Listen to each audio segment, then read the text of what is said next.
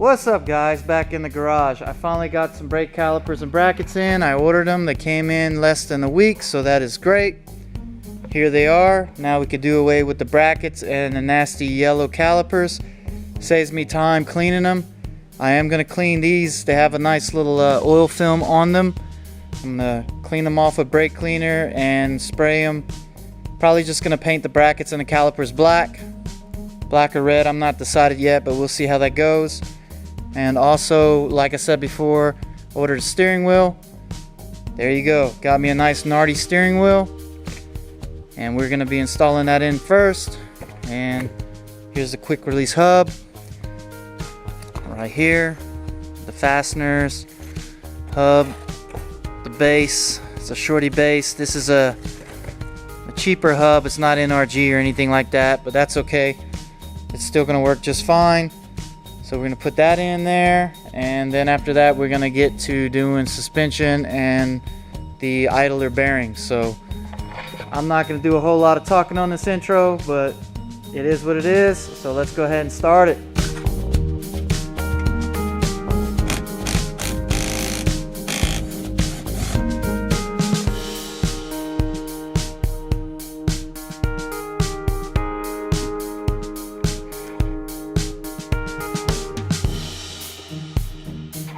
Okay, looking at the back of this thing, we got slots here, and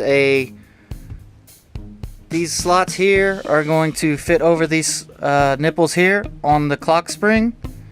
And then if you look here on the bottom, we have a tab as well, and that is that tab. So with the steering wheel in the proper position like that, the tab is facing the bottom. So that's the way we have to install it, right there.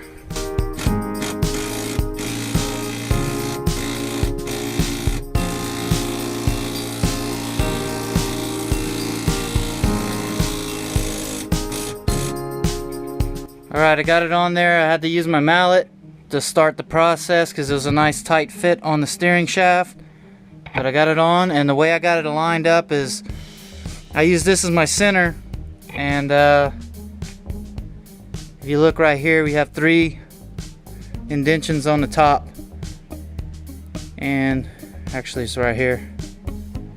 3 indentions on the top, and one of these right here is in the center.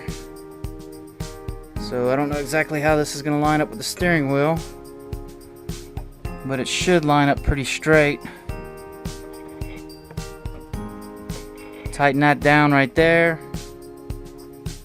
Then I need to see the pattern right here. I guess I should have looked at the pattern first right here to see the steering wheel line up, but I'm gonna go ahead and mount the steering wheel up and see how the alignment is, and I'll see if I have it centered right.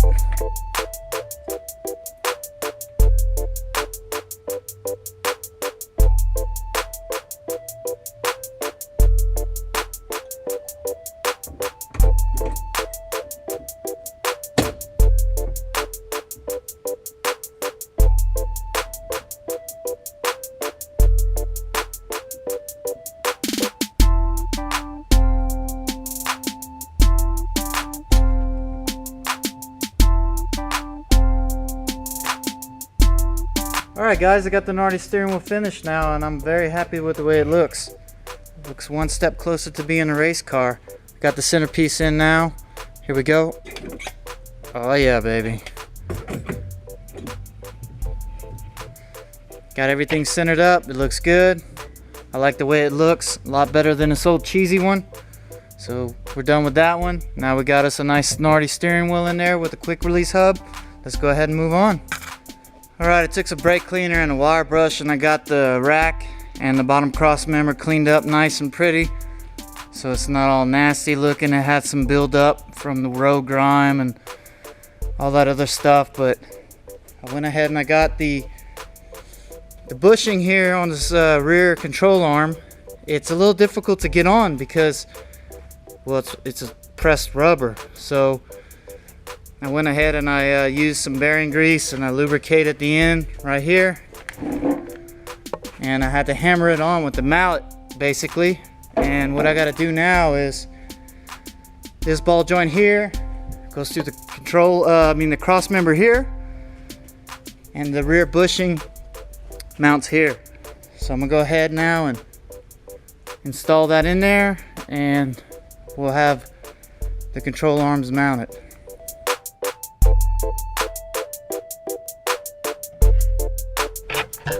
Alright, I'm like 1/4 of an inch off as far as these holes aligning with the mounts. So I'm going to go ahead and beat this on a little bit more and then get back to mounting it.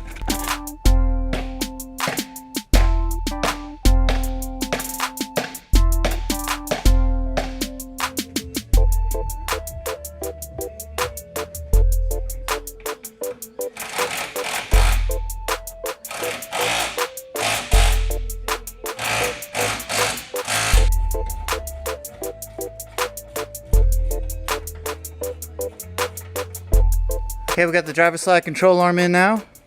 2 bolts right here on the rear bushing mount. 1 bolt up there with a nut for the ball joint on the cross member. So it's in there, it's good. Time to move on. Alright guys, we got the lower control arms in now. Right there on the driver's side. Right there on the passenger side. Notice the height sensor. It did have the hole in it for the sensor to be mounted, so I got it all mounted up. And I got the knuckles in the back of my truck for tomorrow. I'm gonna go ahead and power wash those when I wash my truck, because I'm gonna clean them up and paint them so they look nice and pretty. And also I'm going to get me some paint for the calipers, and about it. I'm kind of tapped out for tonight. So I'm gonna call it the night, and I'll see you guys tomorrow. Alright guys, another day in the garage now. I got me some paint, caliper paint, and some hard enamel so that I can touch up things and paint the calipers. So that's what we're gonna start the day off doing, cleaning parts, getting some of that overspray stuff taken care of. And then we're gonna, while that's drying, we're gonna move on to the installation of the coilovers and start getting this thing back together. Wow, finally got the calipers painted. They had this coating they sprayed on it, I guess, to prevent corrosion, rust, and whatnot. And it took a lot of brake cleaner and a lot of scrubbing with the Scotch-Brite pad to get that off. And then I thought I did have it all the way off, and I went to spray on the bracket, and it just started bubbling off on the paint, not allowing the paint to stick in certain areas. So I had to stop, respray them down, re-clean them again. It was just a big headache, and it was a bigger process than I thought. But I finally got them done. And there's a couple of spots on the back where it's got a little bit of the bubbling effect where I missed a little bit, but it's on the back side of one. You can't see it with the camera, and you can hardly notice it unless you shine the light right on it, and it's going to be in the wheel well anyway, not a big deal. The most important part is the fronts are nice and clean and the tops, and that's sprayed nice and even, so I'm pretty happy with it now. Just didn't realize how much of a pain in the ass it was to get the coating off of that damn thing. But I got the lower control arms painted. I got the upper control arm on the rear. I guess the spring perch is what it's called. Overspray's painted off of that. Yellow's painted off of the control arms. Now I have left to clean up the front knuckles. I'm gonna get rid of that overspray issue right there.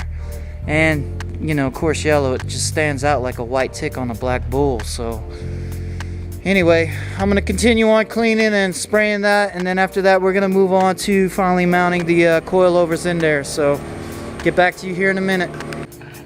Alright guys, we got the knuckles painted up now. Everything looks unison. It's all nice and black. No more yellow spray. The brackets and the calipers are all done now. They seem cured for the most part. That seems like it's almost dry. We'll go ahead now and start mounting these coilovers in. And then by the time I'm done with that, we should be able to get the knuckles and everything in. It should be all dried up. So it's not the warmest weather out here. I think it's like 40 degrees outside, so cure time on the paint took a little bit longer. Not an issue. I got the heater running, so I'm nice and toasty in here. So I guess let's go ahead and figure out which is left and right on those coilovers and get them in there. Looks like they're identical. I can't see a difference. They're pillow bearings, well, ball bearings. I don't know exactly what they're called. Spherical bearings, maybe. So they flex either way. There's no difference. These are twistable on the bottom, so that'll be able to mount either way. So we're gonna go now and install them. All right, looks like there's an interference right here with these camber bolts. Show you what I'm talking about.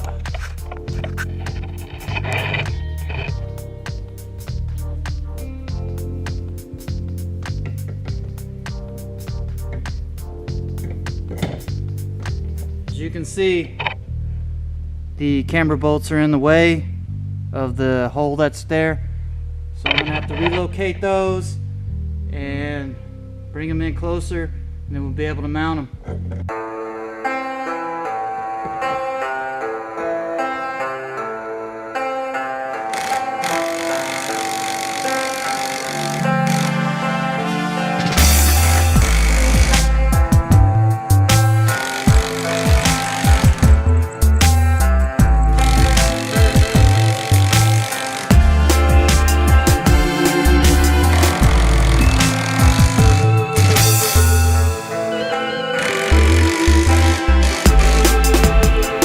Looks like they're slotted right here for camber adjustment up on top, but we also got camber adjustment right here.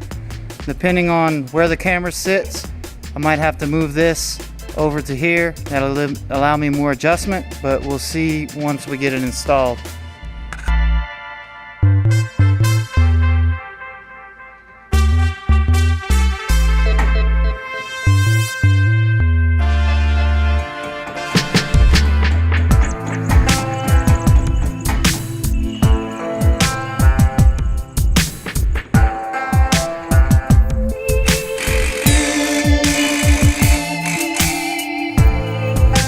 Alright, we got it mounted up in the top like you saw before. We got the mount for the bottom of the strut right here, or the coilover. It's also the bracket that holds the brake lines and the speed sensor. And we got the lower ball joint mounted up now. So now it's supporting the knuckle. Still have the sway bar end link and the inner and outer tie rods to install.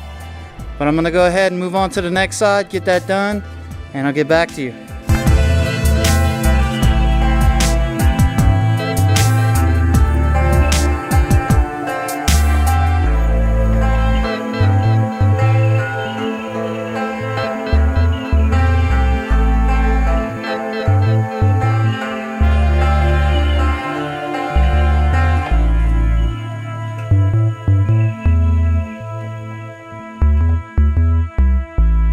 Okay guys, we got the rear coilovers in now. If you see the rubber pad that's up there on the top, those are actually for the bottom. They didn't fit with those coilover sleeves on the bottom, so what I did was I cut the centerpiece out so it could fit up top, and I put those up top so it won't be so noisy with the suspension traveling up and down, being that it's metal on metal. But there actually is, if you look underneath right here, there's a holder piece right here. You see how the bolt that holds the bottom coil on, that bolt goes into that little set piece right there. So I couldn't use that noise pad or whatever you would call it on the bottom, so I cut out the centerpiece and I used them on the top because I didn't have any on the top. So at least that'll control the noise a little bit. So now we're gonna go ahead and lower it down, and we'll install the shocks. And what's crazy is on these rear shocks, they have adjustable sleeves on them as well. So that's pretty crazy. It's gonna be a little time consuming setting up the ride height and everything for this thing, but we'll see how it goes. And looking at the bottom adjusters, it isn't a clean shot for getting my tool in there to adjust it with the tools that they got in the bag, the spanner wrenches. So, well, I can get to it right there. It'll be just, I'd have to get it on this side though. Well, I left them kind of loose so we could see what's going on with that, and once I get everything on together and I get the wheels on and we set the ride height, that's when I'll do all my adjustments then. Right now we're just trying to get all this stuff installed. So let's go ahead now and mount those rear shocks.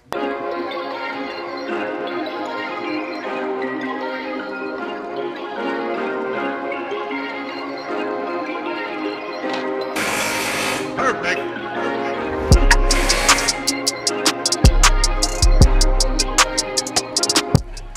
Looking at this upper plate, see, that's how it came in the bag, but it looks like it's going to interfere with the travel of the spring and the bottom coil sleeve. So I'm wondering if that plate is meant to mount the sleeve to this upper perch, the lower perch. See how it has that thread right there? It makes sense to me that that would be where you would install it at. So I'm thinking that's the way it goes. And this right here is where, the bottom right here is where the shock is supposed to mount to. And this is quite a bit of travel in between. Just not making much sense to me. This thing must be able to thread out quite a ways for it to be able to mount right there. So I think I'm gonna take this back out and put that plate on the bottom and thread it in, because that makes more sense to me. This is just gonna obviously it's just gonna interfere with that spring. It's got to be the way it goes. So I'm gonna take these out and then I'm gonna go ahead and mount them up like that, and we'll see how it looks after that. Alright guys, it took me a little bit to figure it out, but I got it in there. Here's how it looks right here. That makes a lot more sense. It holds it in place up right there. But I noticed that the bottom bushing on this shock is already starting to separate. And I saw a complaint about that, but I don't think they made a proper length of this shock right here, because this much right here where this is at, that's how much was in this tube. And I probably got about that much in the tube right now. And I don't know. I'm not liking this rear end. I'm not liking the way it's set up in the rear. But the front, I have no complaints with it really. The fronts are pretty good. So what I'm thinking I'm gonna end up doing for the time being is I'm gonna end up buying me a good quality rear shock and swapping that billet ball mount, rotating bearing top or whatever you call it, the billet mount that's on top of this shock. Take that off and swap it to a stock replacement shock and run it in its place. And I don't know what I'm gonna do with this. I don't know. I think I'm just gonna run it with the shock, see how much it compresses, take my measurement with it compressed, and see whereabouts this shock would sit with the weight of the vehicle sitting down on it. And if it's within tolerance of using this shock here, then I'll go ahead and buy a polyurethane bushing and get this bushing out and put a polyurethane one in its place and utilize this one. But that's not going to last very long. A couple good bounces and road vibration, and this bushing's going to come right out, and it's just going to end up sliding off of this right here. So that's what I'm going to go ahead and do. Well, as you guys saw, the rear shocks, they're not going to work out on this. You kind of get what you pay for. I was kind of expecting some snags, but I wasn't quite expecting this. And I'm not really happy with the way this is.